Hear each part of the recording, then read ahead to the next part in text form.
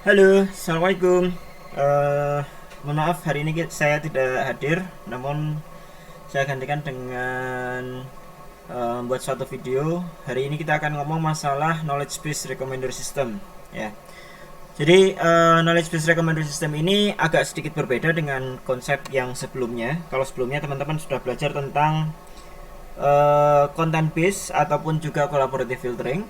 Nah, namun hari ini kita akan ngomong bahwa knowledge based recommender system itu artinya adalah bagaimana caranya si recommender system ini memanfaatkan pengetahuan-pengetahuan terhadap produk, oke, atau terhadap items yang ada, sehingga kita bisa memilihkan atau menyeleksi atau memfilter bagian-bagian mana yang bisa kita rekomendasikan kepada user atau tidak bisa kita rekomendasikan kepada user, seperti itu. Jadi seperti biasa kita tunjukkan outline kita. Outline-nya tidak, mohon maaf, belum benar di sana.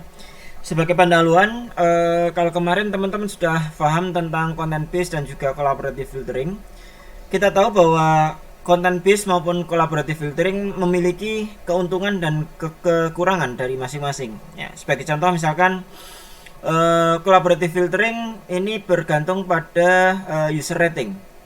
Dan kita tidak membutuhkan adanya suatu additional information di sana. Jadi artinya kalau seandainya sudah terjadi interaksi antara user dengan items, maka kita bisa mencari item-item mana yang bisa kita rekomendasikan berdasarkan kolaboratif dari user.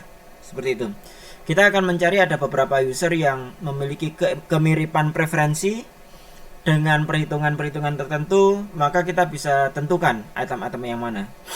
Sedangkan yang content based ini bisa mengeksploitasi beberapa deskripsi yang ada pada suatu items, dan dia tidak membutuhkan adanya user yang terlalu banyak, seperti itu. Jadi contoh misalkan kalau seandainya terjadi call start system dan si sistem ini sudah mengetahui bahwa seorang user menyukai suatu item tertentu, katakanlah beberapa item atau satu atau dua items, maka recommender system bisa mencarikan item-item yang lain yang memiliki kemiripan isi dengan item yang pernah dikonsumsinya, ya. Nah, namun kedua situasi itu memiliki beberapa kekurangan. Jadi bukan berarti bahwa collaborative filtering dan content based ini selalu lebih gitu ya. Sebagai contoh misalkan untuk kasus-kasus di mana collaborative filtering ini tidak bisa berjalan pada saat collaborative filtering hanya memiliki sedikit informasi tentang transaksi antara user dengan items. Kenapa? Karena kita perlu mencocokkan preferensi yang mirip gitu ya, dari satu user ke user yang lain. Bayangkan kalau hal ini terjadi pada domain yang sifatnya adalah infrequent atau tidak terlalu banyak. Contoh misalkan membeli rumah atau membeli mobil gitu ya. Mungkin ada yang membeli mobil lebih dari 5 kali, 10 kali, seperti itu. Tapi secara general paling satu orang hanya let's say sekali, dua kali, atau mungkin 3 kali, seperti itu. Jadi artinya apa? Artinya di sana adalah kita tidak bisa mencari kesamaan preferensi kalau kita hitung dengan menggunakan algoritma-algoritma yang basisnya adalah collaborative filtering, gitu ya. Terus kemudian yang lain lagi adalah rating time span. Ini adalah real, artinya adalah sesuatu yang diberikan nilai bagus pada tahun tertentu, maka bisa jadi dia tidak akan bernilai bagus lagi pada tahun-tahun berikutnya. Sebagai contoh di sana, kalau kita ngomong masalah komputer, 5 tahun lalu mungkin suatu komputer dinyatakan bagus, tapi saat ini bisa jadi komputer itu sudah terlambat, seperti itu ya. Kita membutuhkan komputer yang jauh lebih bagus lagi, seperti itu. Maka dari itu ini pun akan menjadi permasalahan pada saat kita implementasikan suatu konten collaborative filtering, seperti itu. Dalam domain yang kompleks, customer biasanya menginginkan untuk menyatakan kebutuhannya secara eksplisit, ya. Sebagai contoh misalkan maximum price, color, year of production of car, dan sebagainya gitu ya. Atau kalau kita ngomong masalah domain yang lain, di domain pariwisata katakanlah, seseorang bisa saja berkata bahwa saya ingin liburan, tapi waktu yang saya punyai hanya 3 hari. Oke. Terus kemudian saya berlibur dengan anak-anak saya. Maka dari itu mungkin kita bisa mencarikan beberapa atraksi wisata yang cocok terhadap kebutuhan dari seorang customer ini. Seperti itu.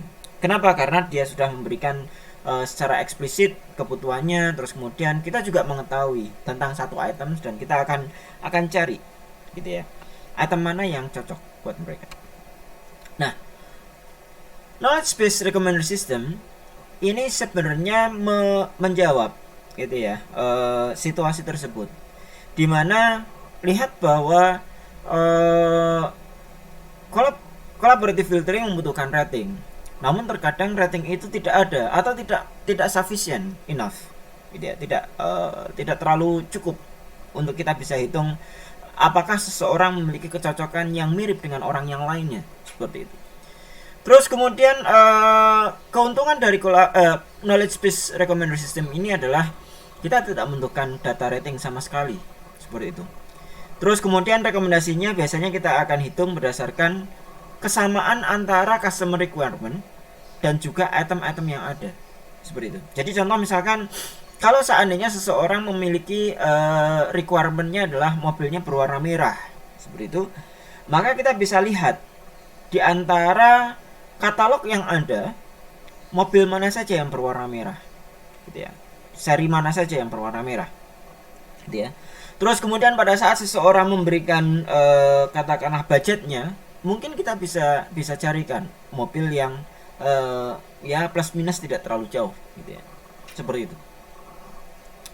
Or in a basis of explicit recommendation rule. Jadi nanti mungkin saja di knowledge base nanti kita bentuk suatu rule yang spesifik.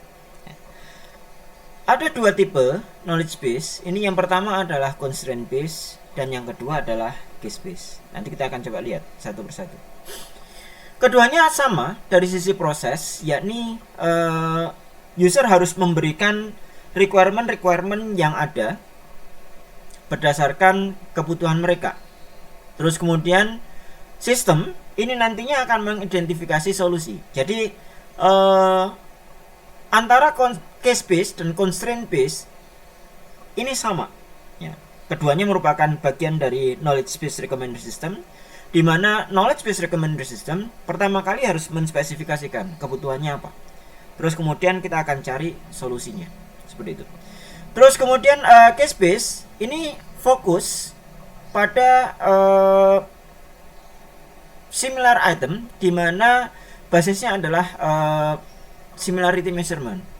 Sedangkan untuk yang constraint based ini fokusnya adalah terhadap definition set of recommender system rules, ya. Jadi kita nanti akan tentukan rule apa saja yang menjadi suatu constraint, seperti itu. Nanti mungkin kita akan tunjukkan dengan contoh, ya.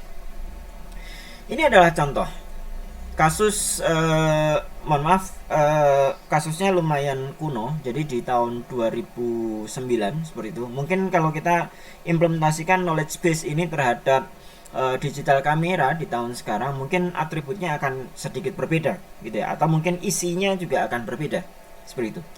Contoh misalkan kita memiliki ada katalog, ada 8 items dari item pertama sampai item yang ke-8.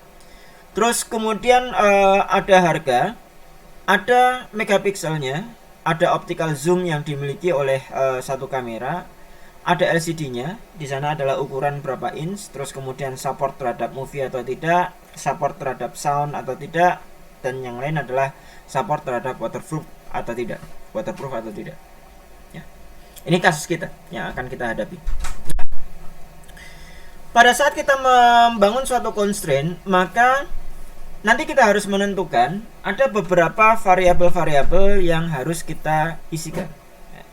Yang pertama, constraint ini berhubungan dengan 3 buah. Yang pertama adalah sekumpulan variabel. Bagian yang kedua adalah finite domain, set of finite domain dari variabel yang ada. Terus kemudian yang ketiga adalah constraint itu sendiri, yang mengkombinasikan nilai-nilai dari variabel yang diambil, ya, seperti itu. Nanti kita akan coba lihat lagi. Terus kemudian sebagai contoh, recommender system kita ini akan mencari bentuknya adalah seperti ini. Jadi bagian yang pertama adalah variabel. Variabel ini bisa macam-macam. Ya, contoh misalkan dari atribut-atribut yang ada tadi, kita bisa bentuk atribut maksimum price-nya. Oke. Kegunaannya untuk apa? Variabel itu. Ya, kamera kita. Terus kemudian fotografinya untuk apa? Ya. Apakah digunakan untuk yang tipenya adalah sport, landscape ataupun yang lainnya, ya. Terus kemudian variabel yang berikutnya adalah variabel yang berhubungan dengan produk. Jadi price-nya, range-nya antara 0 sampai berapa, terus kemudian megapikselnya ini adalah nilai-nilai yang ada dalam masing-masing variabel.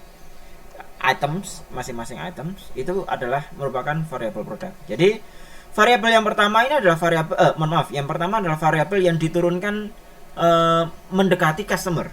Sedangkan bagian yang kedua ini adalah yang mendekati produk. Seperti itu. Terus kemudian untuk constraint ini bisa kita bangun menjadi 3, ya. Jadi yang pertama adalah katakanlah kegunaannya adalah untuk large print. Kita bisa bertanya kepada user seperti itu, ya.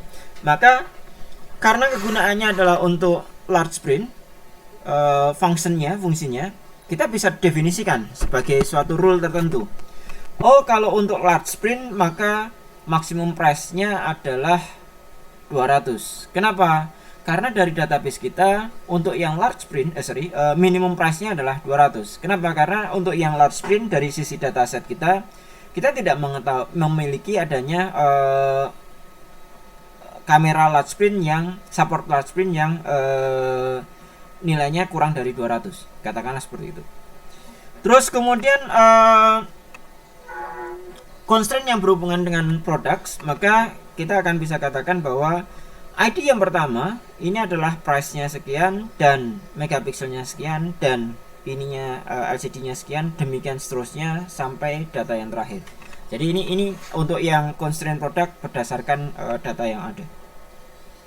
Yang CF kita akan tanyakan kepada user. Terus kemudian yang role ini kita bisa derive sendiri berdasarkan knowledge yang kita miliki, gitu ya. Contoh misalkan pada suatu saat kita bisa katakan bahwa yang namanya large print itu karena sudah obsolete, harganya sudah tidak ada yang harganya 200, sudah discontinued, maka kita akan bisa naikkan, bisa. Terus kemudian yang berikutnya adalah recommendation result. Ini didapatkan dari adanya data-data yang ada dari proses pencarian kita, gitu ya. Nanti kita akan punya. Oke, katakanlah yang namanya kalau seorang user memberikan requestnya adalah seperti ini, max price-nya adalah 300 euro. Terus kemudian usage-nya adalah large print dan fotografinya adalah untuk sport, maka dari sana kita akan drive beberapa pengetahuan. Contoh misalkan max price-nya adalah 300, berarti kita masukkan di sini adalah 300, gitu ya, bukan 1000. Meskipun variabelnya memungkinkan untuk diisikan dengan 1000. Terus kemudian usage-nya adalah large print. Lihat bahwa di sini untuk yang secara function yang namanya large print itu adalah megapikselnya yang lebih besar dari 5 megapiksel, seperti itu. Terus kemudian dari yang rule yang lain untuk yang large print, karena dari database kita tidak ada yang kurang dari 200, maka kita akan hitung ya, dari posisi max price sampai yang paling kecil adalah 200. Jadi karena max price dari seorang user dikatakan bahwa maksimum adalah 300, maka range itu akan berubah. Jadi kita akan mencari kamera yang harganya dari 200 sampai 300 seperti itu ya. Terus kemudian dari sana kita akan cocokkan dari ID yang pertama sampai dengan ID yang terakhir, mana yang memenuhi, itulah yang menjadi kandidat dari proses rekomendasi kita. Seperti itu. Nah, constraint tadi kita sudah melihat ada contoh. Sekarang kita akan lihat definisinya masing-masing. Yang pertama adalah customer properties. Constraint ini adalah mendeskripsikan kemungkinan yang bisa diberikan oleh seorang customer ya. Sebagai contoh misalkan fotografi ini mungkin bisa beberapa jenis gitu ya. Ada orang yang hanya sport saja karena dia wartawan olahraga, katakan seperti itu.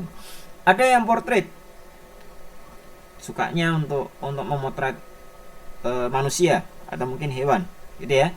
Atau untuk mungkin makro ya, atau mungkin yang lainnya seperti itu. Terus kemudian untuk produk propertiesnya ini mendeskripsikan properti dari produk yang kita miliki ya. Terus kemudian compatibility-nya ini mendefinisikan instansiasi dari customer properties ya. Jadi tadi yang pertama adalah customer properties, terus kemudian product properties masing-masing memiliki variabel gitu ya. Terus kemudian compatibility constraint-nya ini menyatakan bahwa mohon maaf